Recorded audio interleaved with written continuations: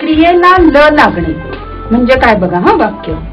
मी आंबा खाल्लेला आहे.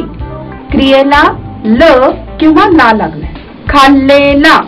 आता ऍक्टिव्हचा फॉर्म्युला बघा.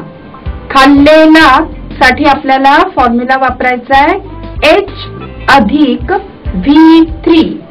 V3 म्हणजे क्रियापदाचं तिसरं रूप. तर 6वा.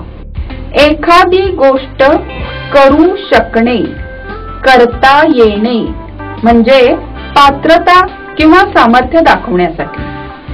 पात्रता किंवा सामर्थ्य दाखवण्यासाठी आपल्याकडे शब्द आहे कॅन.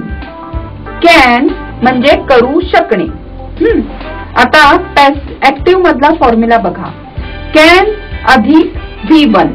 मी आंबा खाऊ शकते.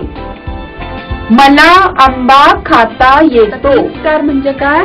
तर 3 स्टार म्हणजे मी, अस, यू, हिम, हर, देम आणि इट. लक्षात येतंय?